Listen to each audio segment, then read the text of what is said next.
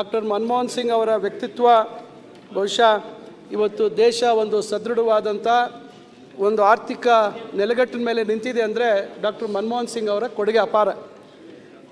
ಕಾರಣ ಇಷ್ಟೇ, ಮಾನ್ಯ ಮುಖ್ಯಮಂತ್ರಿಗಳು ಈ ತೀರ್ಮಾನ ಮಾಡಿರ್ತಕ್ಕಂಥದ್ದಕ್ಕೆ ಈಗಾಗಲೇ ತಮಗೆ ಗೊತ್ತಿದೆ, ರಾಜ್ಯದಲ್ಲಿ 32 ವಿಶ್ವವಿದ್ಯಾಲಯಗಳಿದ್ದಾವೆ. ನಿರಂತರವಾಗಿ ಇವತ್ತು ವಿಧಾನಸಭೆ ವಿಧಾನ ಪರಿಷತ್ತಲ್ಲಿ ವಿಶ್ವವಿದ್ಯಾಲಯಗಳ ಸ್ಥಿತಿಗತಿಗಳ ಬಗ್ಗೆ ಇವೆಲ್ಲದರ ಬಗ್ಗೆ ನಿರಂತರವಾಗಿ ಚರ್ಚೆ ಮತ್ತು ಸಮಸ್ಯೆಗಳ ಬಗ್ಗೆ ಮತ್ತು ಈಗ ಅದನ್ನು ಸುಧಾರಣೆ ಮಾಡ್ತಕ್ಕಂಥ ನಿಟ್ಟಿನಲ್ಲಿ ಏನೇನು ಚರ್ಚೆಗಳಾಗ್ತಾಯಿದೆ ಅಂತಕ್ಕಂಥದ್ದು ತಮಗೆ ಗೊತ್ತಿದೆ.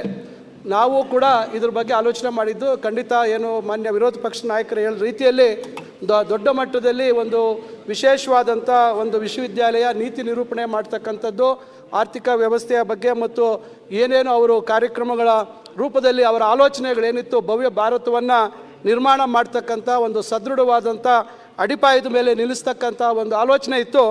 ಅದನ್ನು ಆಲೋಚನೆ ಮಾಡಿದ್ವಿ. ಆದರೆ ಈಗಿರ್ತಕ್ಕಂಥ ವಿಶ್ವವಿದ್ಯಾಲಯಗಳ ಒಂದು ಪರಿಸ್ಥಿತಿಗಳನ್ನು ನೋಡಿದಾಗ ಮಾನ್ಯ ಮುಖ್ಯಮಂತ್ರಿಗಳು ಇಲ್ಲ, ನಾವು ಮತ್ತೊಮ್ಮೆ ತಪ್ಪು ಹೆಜ್ಜೆ ಇಡ್ತಕ್ಕಂಥದ್ದು ಬೇಡ, ಹೌದು ಮನಮೋಹನ್ ಸಿಂಗ್ ಅವರಿಗೆ ಭಾಳ ಬೇರೆ ರೀತಿಯಲ್ಲಿ ಗೌರವ ಕೊಡಬೇಕಾದಂತಿದೆ, ಆದರೆ ಈಗ ಇರ್ತಕ್ಕಂಥ ಪರಿಸ್ಥಿತಿಯಲ್ಲಿ ಮುಂದೆ ನಾವು ಅದನ್ನು ಆಲೋಚನೆ ಮಾಡೋಣ.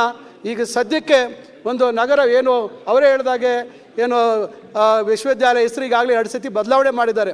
ಈಗ ಅದಕ್ಕೋಸ್ಕರ ಇದಕ್ಕೆ ಈಗ ಸದ್ಯಕ್ಕೆ ನಗರ ಏನು ನಮ್ಮ ಸಿಟಿ ಯೂನಿವರ್ಸಿಟಿ ಅಂತಿದೆ ಅದಕ್ಕೆ ಹೆಸರನ್ನು ಬದಲಾವಣೆ ಮಾಡೋಣ, ಮುಂದೆ ಏನೇನು ಆಗಬೇಕು ಅಂತಕ್ಕಂಥದ್ದನ್ನು ಮುಂದಿನ ದಿನಗಳಲ್ಲಿ ಮಾಡೋಣ ಅಂತಕ್ಕಂಥ ತೀರ್ಮಾನ ಮಾಡಿದ್ದಾರೆ.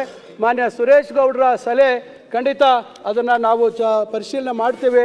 ಮತ್ತು ಅವರು ಈಗ ಮಾನ್ಯ ಗೃಹ ಮಂತ್ರಿಗಳು ಪರಮೇಶ್ವರ್ ಅವರನ್ನು ಬಗ್ಗೆ ಚರ್ಚೆ ಅವ್ರ ಬಗ್ಗೆ ಹೇಳ್ತಾ ಇದ್ರು. ಅದರಿಂದ ಖಂಡಿತ ಅದನ್ನು ನಾನು ಎಲ್ಲರ ಜೊತೆ ಚರ್ಚೆ ಮಾಡಿ ಮುಂದೆ ಅದಕ್ಕೆ ತುಮಕೂರು ವಿಶ್ವವಿದ್ಯಾಲಯಕ್ಕೆ ಏನು ಹೆಸರಿಡ್ಬೋದು ಅಂತಕ್ಕಂಥದ್ದನ್ನು ಮುಂದಿನ ದಿನಗಳಲ್ಲಿ ಕ್ರಮ ವಹಿಸ್ತೇವೆ.